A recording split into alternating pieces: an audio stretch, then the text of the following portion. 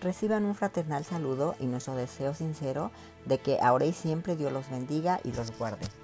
Trataremos el tema trasladados al reino de Jesucristo. Posiblemente algunos de ustedes se han cambiado de casa, de ciudad o de país. Esto implica hacer muchos cambios. Incluso podríamos decir que nuestra forma de vida cambia. Algo similar es lo que el apóstol Pablo le escribió a la iglesia de Colosas cuando les dijo: el cual nos ha librado de la potestad de las tinieblas y trasladado al reino de su amado Hijo, en quien tenemos redención por su sangre, el perdón de pecados. Esto está en Colosenses 1, versículos 13 y 14.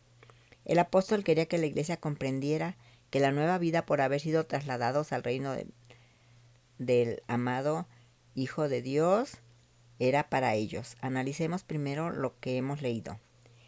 Cuando empezamos a leer el cual, nos preguntamos, ¿quién realizó esta acción?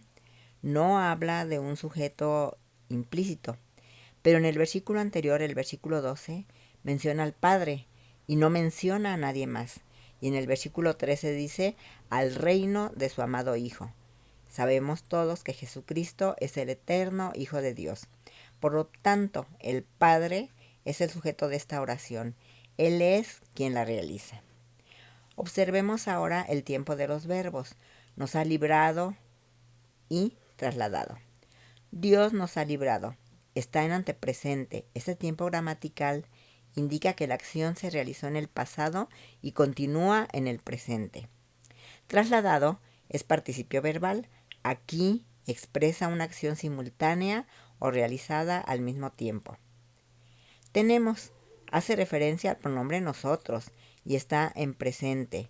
El apóstol Pablo se incluía con ellos en la verdad de esta experiencia. ¿Qué tenemos? Tenemos redención por su sangre, el perdón de pecados.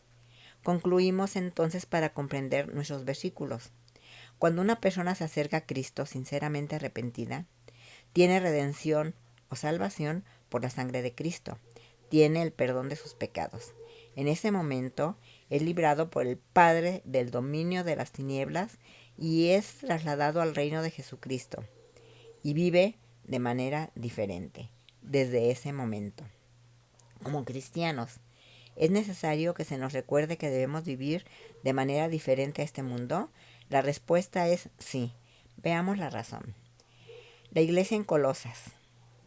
Colosas era un centro comercial, por lo tanto, allí abundaban ideas y religiones. ¿Cuáles eran verdaderas? ¿Qué podía dañar su fe? Estos creyentes estaban rodeados de falsas enseñanzas impartidas por falsos maestros, quienes intentaban mezclar sus enseñanzas con el Evangelio. Esto podía confundir a los cristianos, por lo tanto, era necesario fortalecer la pureza de la fe que ellos habían conocido. Esta iglesia fue fundada por Epafras, uno de los convertidos del apóstol Pablo, el cual informó al apóstol y a Timoteo acerca de estos creyentes. Estos oyeron, comprendieron, aceptaron y vivieron la palabra verdadera del Evangelio. Era evidente su fe en Cristo Jesús, su amor y su esperanza. Pero era necesario cuidar su crecimiento espiritual para que fueran fortalecidos en Dios y pudieran vencer todo aquello que amenazara la pureza de su fe. El Señor Jesucristo siempre ha cuidado de su iglesia. Dios nos ha dado su palabra escrita, la Biblia, de la cual nunca debemos apartarnos. Ha puesto también pastores y maestros para cuidarla. Recordemos que el crecimiento espiritual es gradual, por eso es crecimiento. Es necesario el cuidado permanente y la oración constante de intercesión por la iglesia para que Dios siga obrando en la formación espiritual de los creyentes. Cuidar el crecimiento espiritual es cuidar cada momento de nuestra vida y cada decisión tomada. Es una vida diaria digna del Señor. Leamos. Por esta razón, también nosotros, desde el día que lo supimos, no hemos cesado de orar por ustedes, pidiendo que sean llenos del conocimiento de su voluntad en toda sabiduría y comprensión espiritual, para que anden como es digno del Señor, haciendo en todo lo que le agrada, dando fruto en toda buena obra y creciendo en el conocimiento de Dios. El conocimiento de Dios, más la sabiduría, más la comprensión espiritual, son elementos indispensables para identificar las falsas enseñanzas y los falsos maestros. Solo así, los verdaderos creyentes pueden guardar la pureza de su fe. También son necesarios la responsabilidad y el privilegio de pastores y maestros, la disposición y perseverancia de los creyentes y el cuidado de Dios por su iglesia. Dios es fiel. Pastores, maestros y creyentes también debemos serlo. Pero si no somos pastores ni maestros, ¿cuál es nuestra responsabilidad y privilegio? Nosotros podemos tener nuestra propia opinión y vivir de acuerdo a ella, pero es muy probable que nos equivoquemos. Es mejor buscar respuestas en la Biblia. Sus enseñanzas podemos transferirlas a nuestra vida espiritual, familiar y social. ¿Eres parte de una familia, padre o hijo? ¡Qué grande privilegio! En primera a los Tesalonicenses capítulo 1 versículo 23 leemos: y el mismo Dios de paz los santifique por completo, y todo su ser, espíritu, alma y cuerpo, sea guardado irreprensible para la venida de nuestro Señor Jesucristo. ¿Conoces entonces las necesidades espirituales, emocionales, sociales, morales y físicas de tu familia? ¿O piensas que con solo darles de comer y estar un rato con ellos es suficiente? ¿Cómo cumples tu responsabilidad familiar delante de Dios? ¿Parcialmente o plenamente? Dios nos hace responsables de nuestra familia. A Él tenemos que darle cuentas. ¿Tienes un empleo? ¡Qué bendición! ¿Cómo lo desempeñas delante de Dios? ¿Eres responsable y solícito? ¿Das buen testimonio? Recuerda que también somos responsables de aquellos que Dios nos ha dado con un propósito, aunque no sean familiares. Juan 17:12 dice, hablando del Señor Jesucristo: cuando yo estaba con ellos, los guardaba en tu nombre. A los que me diste, yo los guardé, y ninguno de ellos se perdió, excepto el hijo de perdición, para que la escritura se cumpliera. Aquellos que estaba orando el Señor Jesucristo por aquellos no eran familiares, pero eran parte de un equipo, eran sus discípulos. Pasamos a ver ahora algo más del reino de Cristo. Vimos que solo hay dos reinos, el reino de las tinieblas y el reino de Cristo. Leamos de nuevo. El Padre nos ha librado de la potestad o dominio de las tinieblas y trasladado al reino de su amado Hijo, en quien tenemos redención por su sangre, el perdón de pecados. Recuerden que eso lo leímos en Colosenses 1, versículos 13 y 14. Pero nuestra pregunta, ¿cómo es el reino de Cristo? Marcos 1, 14 y 15 registra cuando el Señor Jesús inicia su ministerio terrenal. Después que Juan fue encarcelado, Jesús vino a Galilea predicando el evangelio del reino de Dios, diciendo: el tiempo se ha cumplido y el reino de Dios se ha acercado. Arrepentíos y creed en el evangelio. Dios comienza su gobierno espiritual en los corazones de aquellos que se arrepienten y creen en el evangelio.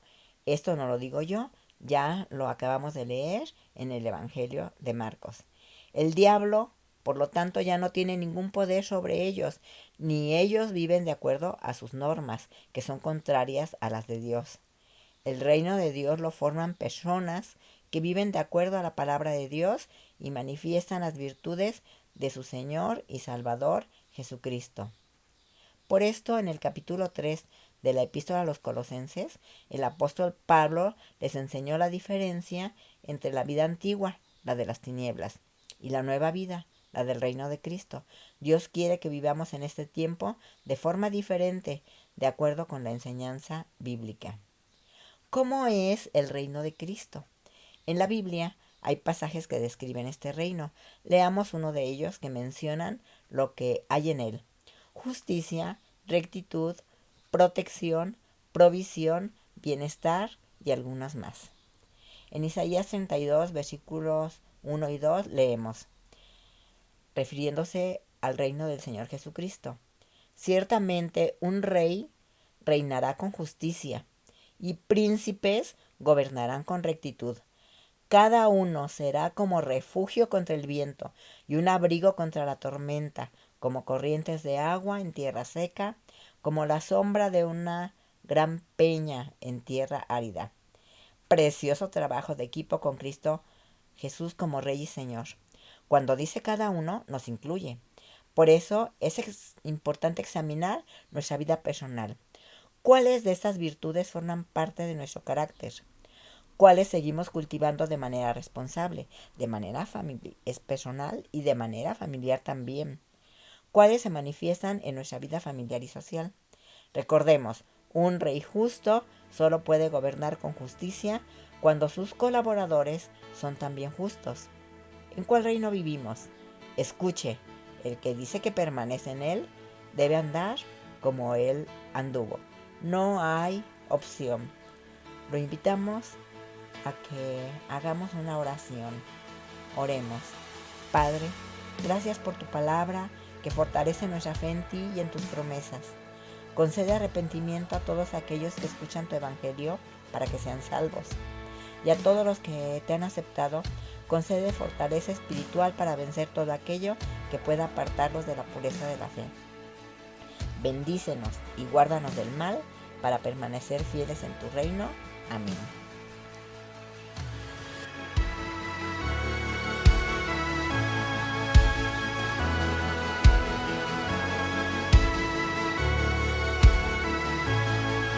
Lloverá en los cielos el sonido de nuestra adoración. Las murallas caen a sus pies al oír su voz. Por su gracia